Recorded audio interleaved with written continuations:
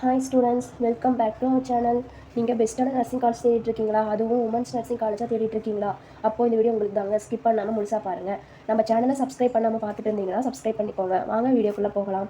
நம்ம பார்க்க போகிற காலேஜ் திருப்பூர் டிஸ்ட்ரிக்ட்டில் லொக்கேட் ஆகிற காலேஜ் தாங்க Saraswati college of nursing for women's.